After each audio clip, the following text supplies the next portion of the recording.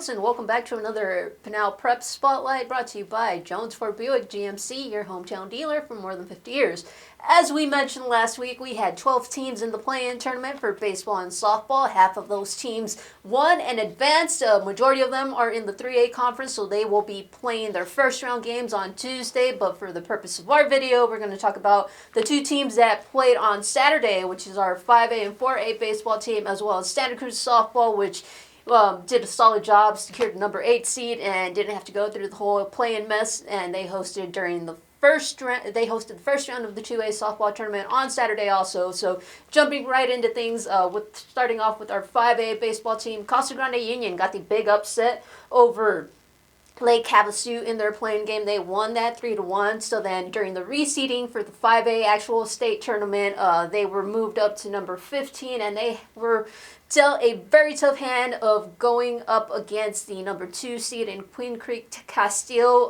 Kind of thought this might be a positive for them because they are regional opponents and they had already seen Castile twice during the season. However, things weren't any different for the Cougars. David, can you talk a little bit about this game? Yeah, it was kind of the conversation we had on last week's episode where division rivals and region rivals really matter, where you're going into the playoffs where you know these teams a lot better than compared to a team you may have never seen in the regular season. So we kind of thought that Casa Grande could have a little bit of an edge in this one going up against Castile, but honestly, it's just a case of a rebuilding and kind of young Casa Grande team that's still trying to find their footing running up against a 2 seed that is really, really solid. Castile is one of the best teams in 5A and deservedly so of that 2 seed, and they showed why. They won the game 9-0. Just the Union offense wasn't really just being able to click on anything, and then the defense wasn't able to do much. Pitching, it was really just a tough game for them. But I think the moral of the story for this game is going to be the positives that the CG Union can take out of this game.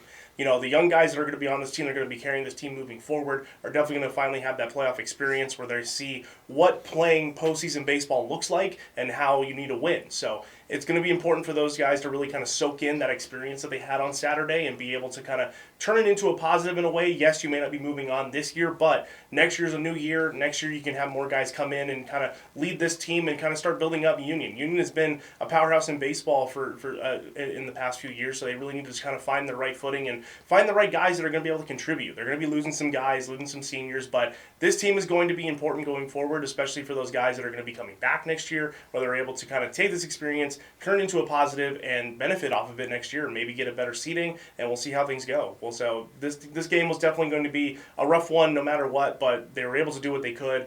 Now it's just about focusing on next year and getting better next season.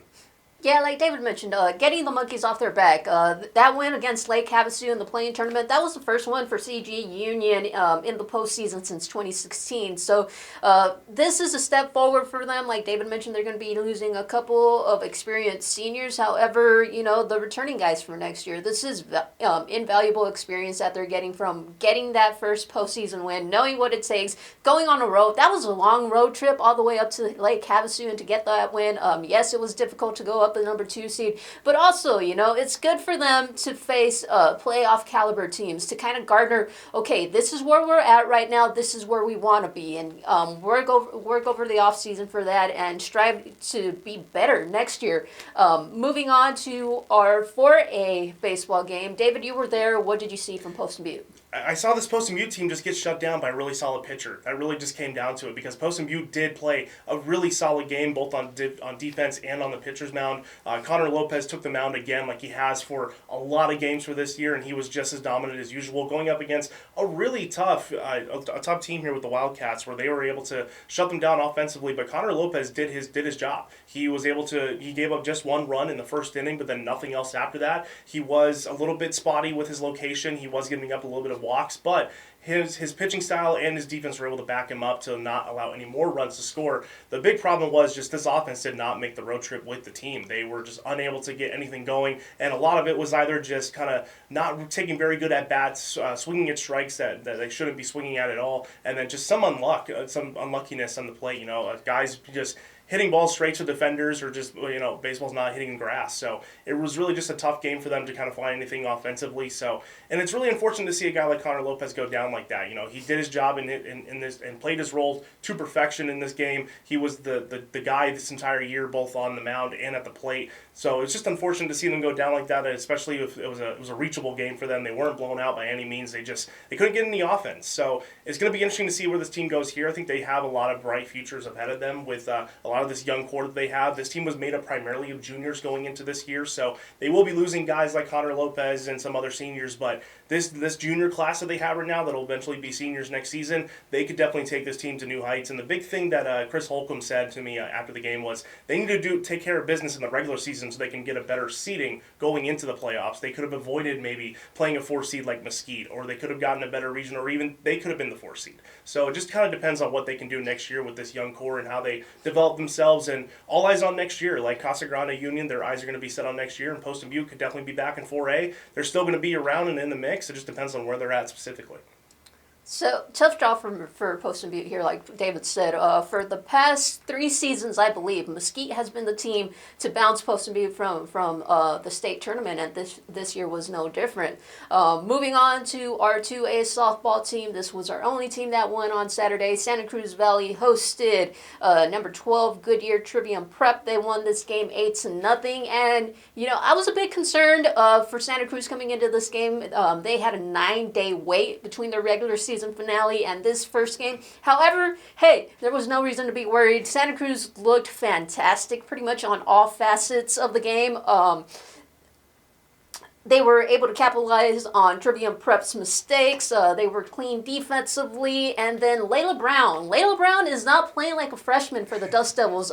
She did a fantastic job in the circle. Just allowed 3 hits, 1 walk, struck out 11 in her complete game effort. In the batter's box, she was 3 for 4 with 2 RBIs. So very impressive for Layla Brown. And looking ahead for this Santa Cruz team, as they will now be in the quarterfinals. They will play number 4 Benson on Friday at 5:30 p.m. in Phoenix at the Papago Sports Complex. And David, what are you expecting from the Dust Devils in this game? Yeah, this was kind of the spot they were at last year, where they were the 4 seed going up against a 5 seed, and it was against Kingman Academy though, and Kingman Academy was able to take it to them and win the game. So this is kind of the reflection point for Santa Cruz, because they are going to be able to win their region most times out of 10, just with their just great offensive ability and great pitching as well. So this is where it really comes down to it with this team, is can they capitalize in the postseason and kind of finally get over that hump a little bit. And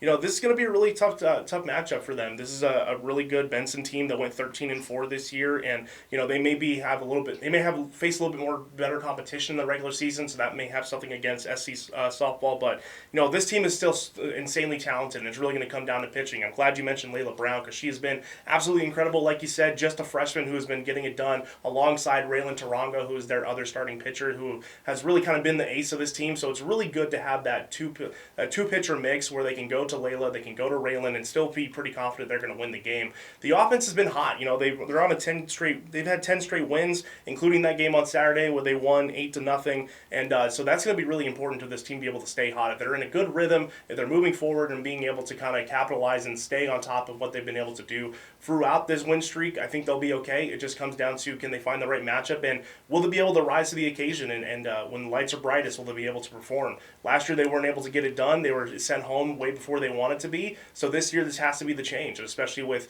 someone like Taronga, who's a senior. She's going to be this could be her last game. I hope it's not, because I think this team is insanely talented and has the ability to move on and get to a finals. But we'll just have to wait and see how the matchup comes out and what kind of team Benson rolls out there. It's going to be a good game.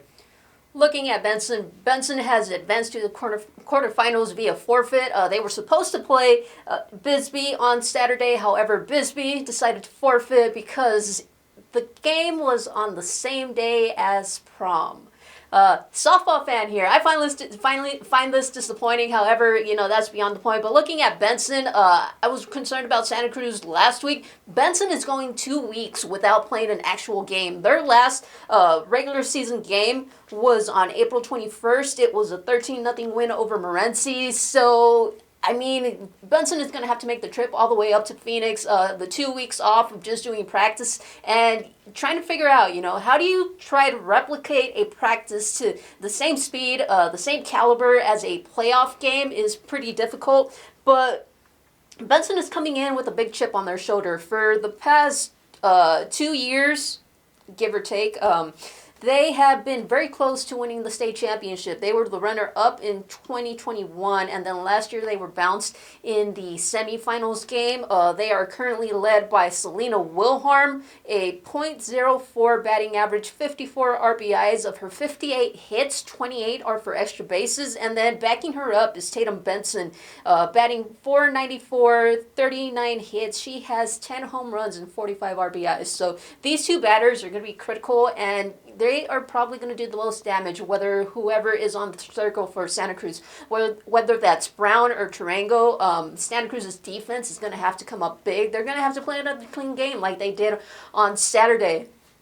David, is there anything else you want to add overall? I'm glad you mentioned defense. Defense is going to be big for Santa Cruz coming into this year, and it just kind of, this was the team we always looked at as the best possible chance to either get to a championship game or even win a championship game. So, and I know Coach James out there has been, harking on these girls that this is a team that can win, and they want to prove that they can and prove that a team from Eloy can do anything and be able to prove themselves, and they're going to do just that. They're going to go in and just kind of do as much as they can against this Benson team, and I'm glad you mentioned that Benson has had a really long break as well. So this is definitely could work into Santa Cruz's advantage. They're a little bit looser. They're still riding on a really good hot streak. It's going to come down to how Benson can kind of get over that, big 2-week slump where they weren't able to play a game and kind of see what happens on this game. It's going to be a great one, and we'll find out.